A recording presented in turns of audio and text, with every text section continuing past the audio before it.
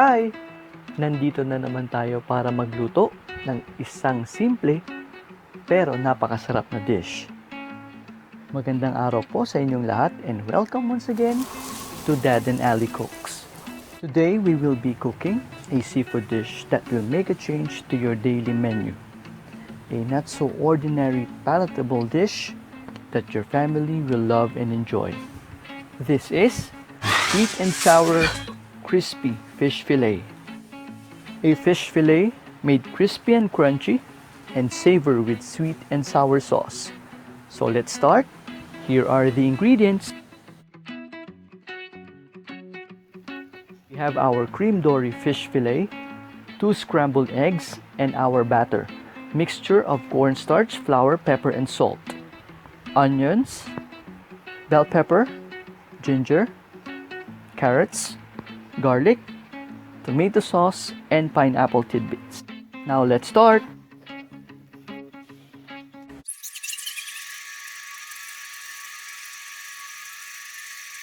Ang una nating gagawin ay hihiwain natin ang ating fish fillet sa gitna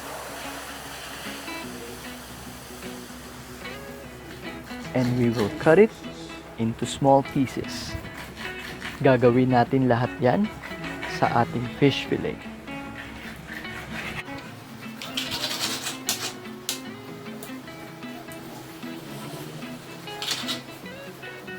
Okay, so nahiwa na natin ang ating fish fillet into pieces. Right now, imamarinade na natin siya. Okay, right now, ito na ang ating pang-marinade. We will be using pepper, calamansi juice, and fish sauce or patis. Okay, first, lalagyan natin ng pepper.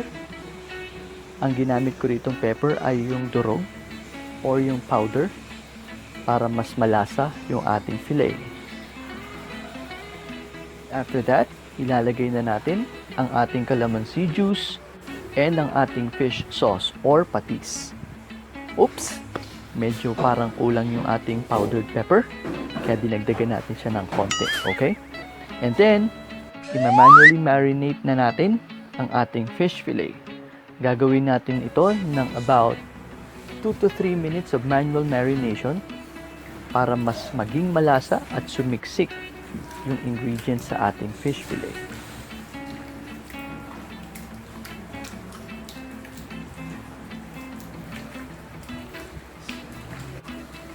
After manual marination, ilalagay na natin ang ating fillet sa isang container.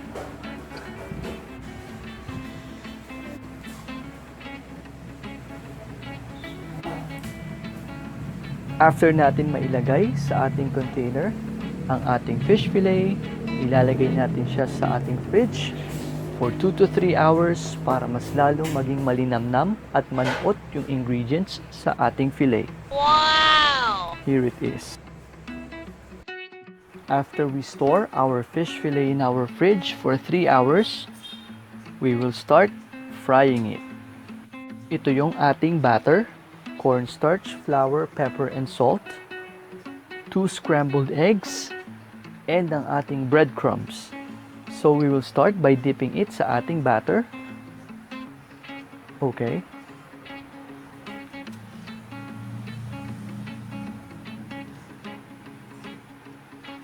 And then sa ating scrambled eggs. And then sa ating breadcrumbs. After ng breadcrumbs, ilalagay na natin siya sa ating frying pan with cooking oil. Medium heat lang ang ating gagamitin para hindi masyadong masunog. And we will fry each side ng 2 minutes. Okay.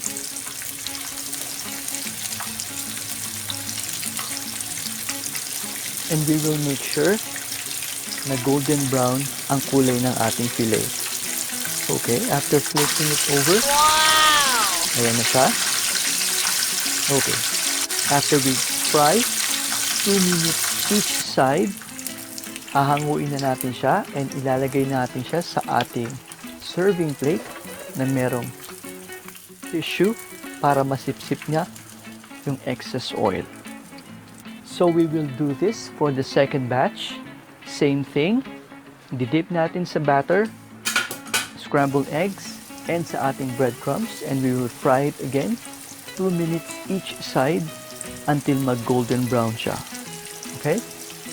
So after the second batch, here it is.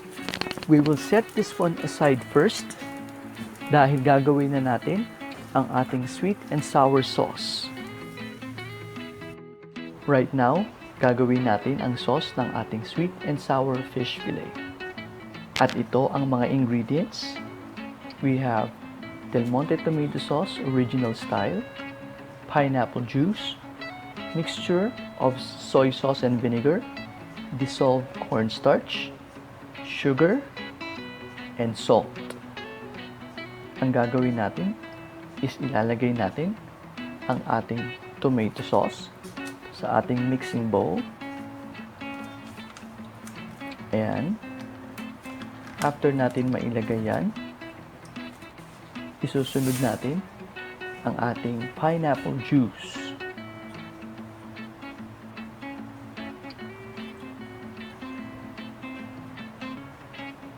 Okay.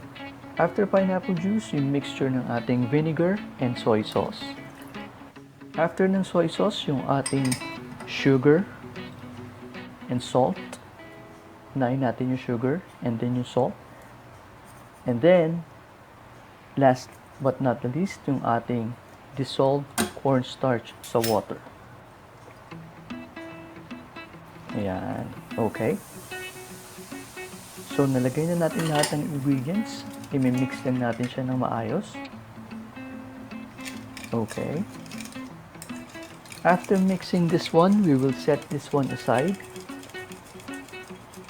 And gagawin na natin ang pag-saute ng remaining ingredients. Okay, so na-preheat na natin yung ating pan. Ilalagay natin ang ating cooking oil. About 2 tablespoons of cooking oil. And then, of course, igigisa natin ang ating garlic. Okay. Medyo igisa lang natin ng mga ilang seconds. Ayan.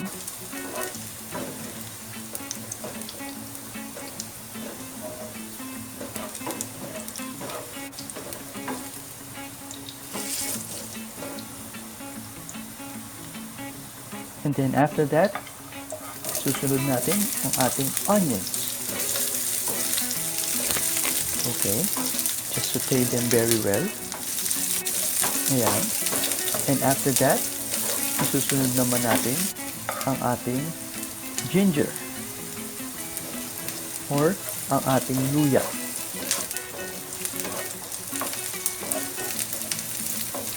Napakasarap na ng amoy nito. Okay. And then, ang ating carrots.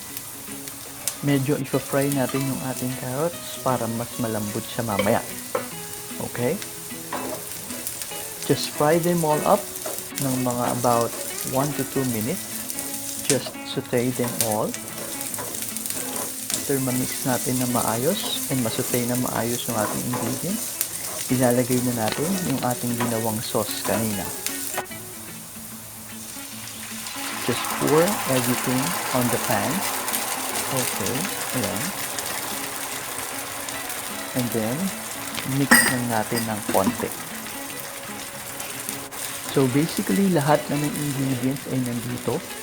All we need to do is to heat this very well and kailangan medyo lumapot siya. Kailangan maging mas thicker yung sauce. After natin siya ma-mix, ayusin lang natin siya ng konti. And then, we'll cover it and we'll simmer it for about 5 to 10 minutes. Okay, since naka-cover na siya ngayon, ang gagawin natin is slow cook to perfection na siya. Okay? In 5 to 10 minutes, lulutuin natin siya dahan-dahan. After 10 minutes of slow cook to perfection, hahaluin lang natin siya ng konti. And tatakpan natin siya. And we'll simmer it. And we're done. Ngayon, ililipat na natin siya sa ating serving plate together with our crispy fish fillet. We'll pour the sauce sa ating crispy fish fillet. Okay. And then, i-add na natin yung ating carrots and bell pepper. Okay, so here it is, our sweet and sour crispy fish fillet. One of the best seafood dish, crispy fish fillet in sweet and sour sauce. Please like this video, guys. If you have comments, suggestions, or reactions, kindly comment down below. And if you want to watch more yummy videos from us, kindly click the subscribe button and don't forget to hit the notification bell for you to be updated on our upcoming videos. And as the saying goes before we leave, if you like good food, cook it yourself and cook it from the heart. Again, thank you very much. This is Dad&ally Cooks. Bye!